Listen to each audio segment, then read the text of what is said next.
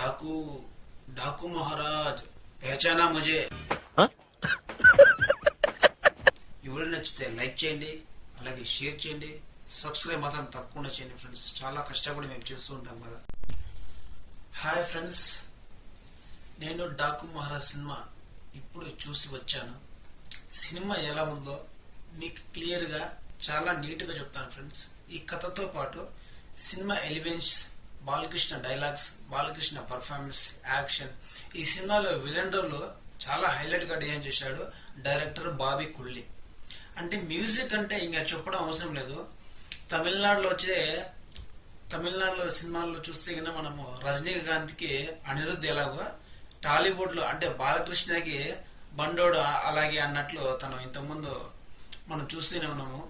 ఇంటర్వ్యూలో బాలకృష్ణ గురించి చెప్పిన తమిళనాడు వచ్చేసి బక్కోడు, ఇంకా టాలీవుడ్లో బాలయ్య వచ్చేసి బండోడు అని ప్రతి ఒక్కరు చెప్పినారని ఆ మ్యూజిక్ డైరెక్టరే చెప్పినాడు అనమాట. సో ఆ విధంగా ఈ సినిమాని ముందుకు తీసుకొచ్చాడు డైరెక్టర్ బాబీ. ఇంకా స్టార్టింగ్ విషయానికి వస్తే ఇందులో నటీనటులు ఎన్బికే, నందమూరి నటసింహం, మ్యాన్ ఆఫ్ మాసెస్ కాదండు బాబోయ్, గాడ్ ఆఫ్ మాసెస్ అనే డైలాగు మనం చెప్పుకున్న థియేటర్లో అతని ఫ్యాన్స్ విజిల్తో మొత్తం కేకులతో మొత్తం అంతా హోరెత్తించేశారు. అసలు సినిమాలో డైలాగ్స్ ఏమి వినపడవు, మొత్తం అంతా అరుపులు బొబ్బెబ్బులతో కేకులతోనే సరిపోతుంది. సినిమాని మరీ ఇంకొకసారి చూస్తే బాగా క్లియర్గా అర్థమై ఉంటుందనే ఫీలింగ్ అయితే కలుగుతుంది. అంతా హంగామా చేశారు. ఇంకా డైరెక్టర్ అయితే బాబీ కొల్లి. కాంబోలో వచ్చిన సినిమాయే డాకు మహారాజ్. డాకు మహారాజ్ పహచానా ముజే అనే డైలాగు ఎక్సలెంట్ గా డిజైన్ చేశాడు డైరెక్టర్ బాబీ. ఈ సినిమా యాక్షన్ డ్రామాగా తెరకెక్కించిన సినిమా డాకు మహారాజ్.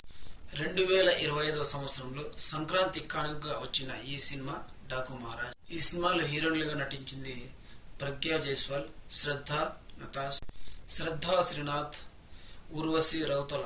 ఇందులో హీరోయిన్ గా వీళ్ళు నటిస్తే విలన్ గా వచ్చేసి హిందీ యాక్టర్, బాలీవుడ్ నటుడు బాబీ డియోల్ ఇందులో విలన్ గా ఎరగదీశాడు.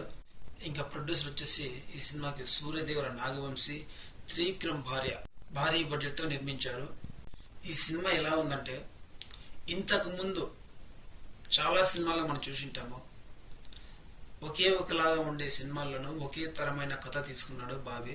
కాకపోతే మనం చూస్తుంటే ఇంతకుముందు సినిమాల్లో చూసే కథ ఇందులో తీసుకున్నాడు, కానీ ఇందులో డిజైన్ చేసిన విధానం మాత్రం హైలైట్. ఆ యాక్షన్స్ పర్ఫార్మెన్స్ కానీ, ఆయన యొక్క విఎఫ్ఎక్స్ ఎఫెక్ట్స్ అయినా కానీ, గ్రాఫిక్స్ అయినా కానీ చూస్తుంటే రియాలిటీగా ఇంత బాగా డిజైన్ చేశాడు అన్నట్లు విజువల్ ఎఫెక్ట్ అయితే అద్భుతంగా చేశాడు డైరెక్టర్ బాబీ. ఈ సినిమా కథ ఏంటంటే, నానాజీని మదన్పల్లి హిల్ స్టేషన్లో సంపన్న కుటుంబం చెందిన అమ్మాయిని రక్షించేందుకు నియమిస్తారు. మరోపక్క సీతారాం, ఇందులో బాలయ్య క్యారెక్టర్ వచ్చేసి సీతారాం, అతని భార్య ప్రజ్ఞా జైస్వాల్ మధ్యప్రదేశ్ రాష్ట్రంలోని బాలకృష్ణ ప్రజ్ఞా జైస్వాల్ ఇంజనీర్లుగా అంటే నీటి పారుదల శాఖగా విధులు నిర్వహిస్తుంటారు. ఈ ప్రాంతంలో శక్తివంతంగా ఠాకూర్ కుటుంబం చలాయిస్తూ ఉంటారు. వీరు మార్బుల్ మైనింగ్ వ్యాపారాన్ని నిర్వహిస్తారు. ఇక గ్రామస్తులు ఆ ప్రాంతంలో నీళ్లు లేక చాలా బాధాకరమైన నీటి కొరతతో చాలా ఇబ్బందులు గురవుతుంటారు ఆ పల్లె ప్రాంతానికి సంబంధించిన ప్రజలు. అలాంటి సమయంలో ఆ ప్రాంతానికి సంబంధించి వ్యక్తిగా బాలకృష్ణ వాళ్ళకి ఏ విధమైన సహాయం చేశాడు అనేది ఈ సినిమా యొక్క కథాంశం. అలాంటి సమయంలో సీతారాం వాళ్ళకి అండగా నిలిచి ఉగ్ర మహారాజుగా మారుతాడు నందమూరి బాలకృష్ణ. అలా సీతారాం మరియు ఠాకూర్ కుటుంబానికి మధ్య జరిగే తీవ్ర సంఘర్షణల అంటే గొడవల నేపథ్యంలో సాగే ఈ కథ డాకు మహారాజ్ కథ. స్టార్టింగ్ లో చెప్పే కదా ఫ్రెండ్స్, ఇది కొత్తగా తీసిన కథ కాదు, కొత్తగా ఎన్నుకున్న కూడా కథ కాదు. ఇది ఇంతకు ముందు వచ్చిన సినిమాల్లో కొన్ని కథల ప్రకారంగానే తయారు చేశాడు డైరెక్టర్ బాబీ.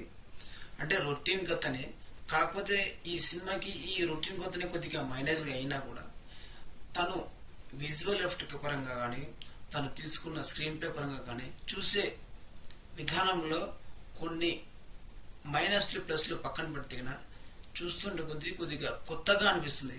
సినిమా కథ అయితే పాతకరంగానే చూసే కొద్ది అనిపిస్తుంది, కానీ చూస్తూ ఉంటే కన్నా సినిమా అబ్బా ఇలాగానే తీయచ్చా డైరెక్టర్ చూసి దాంట్లో వచ్చేసి మెచ్చుకోవచ్చు మనము. కొద్దిసేపు సినిమా స్టార్టింగ్ అయితే 10 నిమిషాలు కొద్దిగా ఏదో రకమైన షేకింగ్ సంబంధించిన కొద్దిగా ఇబ్బందిగా అనిపించిన, ఆ తర్వాత వెంటనే 100 స్పీడ్లతో గేర్లతో ముందుకు సాగుతూ పోతుంది ఈ సినిమా. ఆ తర్వాత కొద్దిగా 100 to 200 స్పీడ్లో దూసిపోతూ ఉంటుంది సినిమా. ఇంకా కట్ చేస్తే అదే 200 వేగంతోనే లాస్ట్ క్లైమాక్స్ వరకు తీసుకుపోతుంది ఈ సినిమా డాకు మహారాజ్. కాకపోతే ఇంకా క్లైమాక్స్ ఫైట్ అంటారా, సేమ్ రొటీన్ మాదిరే. ఇంకా ప్రతి ఒక్క సినిమాలోనూ విలన్ కి హీరోకి మధ్య ఫైట్స్ ఉంటాయి కదా, ఆ ఫైట్ సీన్ అయితే డిజైన్ చేసినాడు డైరెక్టర్ బాబీ. ఆ క్లైమాక్స్ సీనే కొద్దిగా సినిమా చూసే వాళ్ళకి ఏదో తెలియని మైనస్ ఫీలింగ్ అయితే కలుగుతుంది. నాకే అదే ఫీలింగ్ అయితే కలిగింది. సేమ్ రొటీన్ స్టోరీ మాదే, క్లైమాక్స్ లో ఇటు తిరిగి ఫైట్స్ అవి పెట్టాల్సిందే కాబట్టి అదే విధంగానే పెట్టేశాడు ఈ సినిమాలో. కాకపోతే మనం చూసే కొద్ది సినిమా అయితే ఎక్స్టాండర్డ్ గా తీశాడు అనే ఫీలింగ్ అయితే కనుక దాంట్లో మాత్రం బాబీ సక్సెస్ అయ్యాడు. ఎందుకంటే సినిమా పరంగా మనం చూడాలి కాబట్టి కథనాలు పక్కన పెడితే రొటీనా కొత్తదనం అనేది చూడకూడదు. సినిమా చూసే కొద్ది డిజైన్ ప్రకారంగా కొత్తదనంగా అనిపించే విధంగా తీయడంలో బాబీ అయితే డబుల్ సక్సెస్ అయ్యాడని నేను అయితే చెప్పగలను. డైరెక్టర్ మాత్రం బాబీ ఆడియన్స్ ని మాత్రము 100% అయితే సక్సెస్ అయితే చేయగలిగాడు. ఆడియన్స్ ని మాత్రం ఫుల్ గా అంటే 100% ట్రీట్ అయితే ఇచ్చాడు డైరెక్టర్ ఈ సినిమాలో. ఆడియన్స్ మాత్రం ఖచ్చితంగా విజిల్స్ కేకలతో హోరెత్తించేశారు థియేటర్లు మాత్రము. ఆ ఫీలింగ్ అయితే నాకైతే చాలా బాగా అనిపించింది. Screen play, visual effects, hero look ని ఏం మాత్రము తగ్గించకుండా చూపించడంలో బాబీ అయితే 100% సక్సెస్ అయ్యాడు. కానీ కాకపోతే ఇంకా కొద్దిగా ఈ కథలో బెటర్ గా ఆలోచించి బెటర్ గా క్లైమాక్స్ డిజైన్ చేసింటే మాత్రము రచ్చ రంపోలే అంటే ఇంకా బాగా విజువల్ పరంగా అదిరిపోయే విధంగా అయితే కనిపిస్తా ఉండే. అందులో కొద్దిగా తగ్గినట్లు అనిపించింది. మిగతాదంతా ఓవరాల్ గా సినిమా అయితే ఎక్స్ట్రాగా లెవెల్లో తీసిపోయినారు డైరెక్టర్ బాబీ సినిమాకి. ఇంకా నెక్స్ట్ ఇందులో నటీనటుల అంటే పర్ఫార్మెన్స్ చూసుకుంటే బాలకృష్ణ, బాబీ డ్యూయల్, డాకు మహారాజ్ పాత్రలు రెండింటిని బ్యాలెన్స్ చేసుకుంటూ ప్రేక్షకులను మెప్పించాడు డైరెక్టర్ బాబీ. ఇందులో విలన్ గా బాబీ డ్యూయల్ బాలీవుడ్ నటుడు విలన్ గా అయితే ఎక్స్ట్రాడనరీ గా యాక్ట్ చేశాడు. ఠాగూర్ రోల్ లో స్టైలిష్ గా పవర్ఫుల్ గా కనిపిస్తాడు. ఇంకా హీరోయిన్లుగా ప్రజ్ఞా జైస్వాల్, శ్రద్ధా శ్రీనాథ్ సెకండ్ పార్ట్ లో చిన్న పాత్రలను కీలక పాత్రలను మెప్పించారు. ఇక టెక్నికల్ గా ఎలా తీశారంటే సినిమాని ఎక్కడా రాజీ పడకుండా వాళ్ళకి ఏం చేయాలో అవన్నీ క్లియర్ గా చేశాడు. ఇక టెక్నికల్ గా చూసుకుంటే ప్రొడక్షన్స్ వాల్యూస్ ఏమాత్రం ఖర్చుకి వెనుకాడకుండా క్లియర్ గా మొత్తం అంతా బాగా భారీ బడ్జెట్ తోనే ఈ సినిమాని టెక్నికల్ గా తీశారు. ప్రొడ్యూసర్ నాగవంశీ నిర్మించినట్లు సినిమా చూసి ఆడియన్స్ కు క్లియర్ గా అర్థమవుతుంది.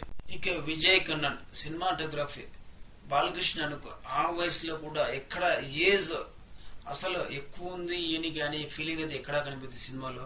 విజయ్ కన్నన్ సినిమాటోగ్రఫీ ప్రేక్షకులను చాలా బాగా మెప్పిస్తుంది. ఇక మ్యూజిక్ డైరెక్టర్ తమన్ మ్యూజిక్ అయితే ఎక్స్ట్రాడనరీగా చాలా బాగా మెప్పిస్తుంది. మ్యూజిక్ అయితే ఎస్ఎస్ తమన్ అంటేనే బాలయ్య అంటేనే ఎస్ఎస్ తమన్ అని ఇంతకు ముందు చెప్పినట్లే మ్యూజిక్ దాని విషయంలో ఆ ఇంటర్వ్యూలో కూడా చాలా బాగా చెప్పాడు బాలకృష్ణ గురించి తమను. ఇక మనము ప్లస్లు మైనస్ల గురించి డిస్కస్ చేద్దాము. బాలకృష్ణ డాకు మహారాజ్ సినిమాలో బాలకృష్ణ 2 క్యారెక్టర్లను బ్యాలెన్స్ చేస్తూ యాక్ట్ చేయడం సినిమాకి ప్లస్. ఇక స్టైలిష్ యాక్షన్స్ ఎపిసోడ్స్ సినిమాకి highlight plus. Visuals, cinematography, background music Daaku Maharaj సినిమాకు బాగా కలిసి వచ్చే అంశాలు. ఇక ఈ సినిమాలో మైనస్ల పరంగా చూసుకుంటే ఈ సినిమాకి కథ అంటే ఊహించినట్లుగానే సినిమా ఉండటం మైనసే. ఇంకోటి ఏమిటంటే ఈ సినిమాలో క్లైమాక్స్ డిజైన్ చేసిన తీరు మైనస్ అని చెప్పుకోవాలి. ఇక ఇంటర్వెల్ తర్వాత సెకండ్ హాఫ్ చాలా స్లోగా చూపించడం మైనసే. క్లైమాక్స్ ఆడియన్స్ ను మాత్రము నిరాశ పెడుతుంది. సో ఇదండి డాకు మహారాజ్ సినిమా రివ్యూ. ఈ సినిమా గురించి మీరు చూసి ఉంటే గిన కామెంట్ బాక్స్లో కామెంట్ చేయండి. అలాగే చూడని వాళ్ళు చూసిన తర్వాత కామెంట్ చేయండి. అలాగే నేను ఈ సినిమాకి ఇచ్చే రేటింగ్స్ 5కి 3.5 అంతవరకు మీకు సెలవు. ఈ వీడియో నచ్చితే లైక్ చేయండి, అలాగే షేర్ చేయండి, సబ్స్క్రైబ్ మాత్రం తప్పకుండా చేయండి ఫ్రెండ్స్. చాలా కష్టపడి మేము చేస్తూ ఉంటాం కదా, ఎందుకంటే మేము చేసేది ఒక లైక్ కోసము. లైక్లు ఎన్ని పడితే అంత మాకు ఎనర్జీ వస్తుంది. ప్లీజ్ తప్పకుండా లైక్ చేయండి. సో ఓకే అండి, చూశారు కదా, నెక్స్ట్ వీడియోలో మరలా కలుద్దాము. Okay friends, bye.